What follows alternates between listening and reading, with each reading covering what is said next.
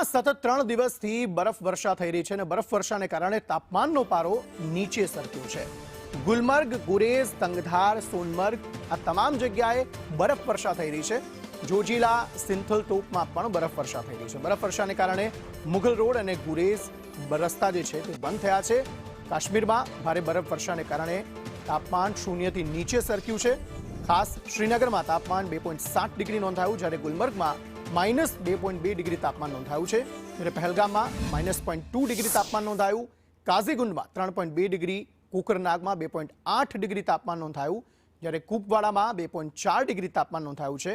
હવામાન વિભાગે હજુ પણ કડકડતી ઠંડી પડવાની આગાહી આપી છે। બરફવર્ષાને કારણે કાશ્મીરમાં સહેલાણીઓનો જમાવડો વધુ જોવા મળ્યો છે। ક્રિસમસ પહેલા બરફવર્ષા થતા કાશ્મીરમાં સહેલાણીઓ મોટી સંખ્યામાં ઉમટી પડ્યા છે।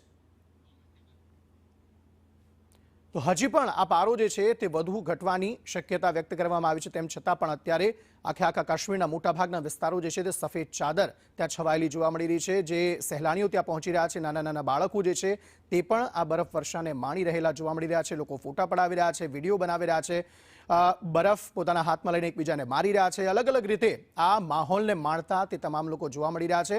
અને એમ પણ જમ્મુ કાશ્મીરના અલગ અલગ વિસ્તારોમાં પ્રવાસન આ સમયમાં ખૂબ વધી જતું હોય છે। ખૂબ આહલાદક નજારો જે છે તે જોવા મળતો હોય છે અને તેના કારણે સહેલાણીઓ ખાસ અત્યારે ત્યાં વધુ જોવા મળી રહ્યા છે। સતત 3 દિવસથી અહીં બરફવર્ષા થઈ રહી છે। અલગ અલગ રસ્તાઓ જે છે તે બરફની સફેદ ચાદરમાં જાણે પથરાઈ ગયા છે તે પ્રકારની સ્થિતિ છે।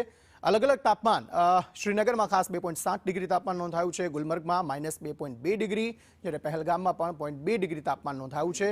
કાઝીગુંડમાં 3.2 ડિગ્રી, કોકરનાગમાં 2.8, જ્યારે કુપવાડામાં 2.4 ડિગ્રી તાપમાન નોંધાયું છે। હવામાન વિભાગે કહ્યું છે કે હજુ પણ તાપમાનમાં ઘટાડો થઈ શકે છે।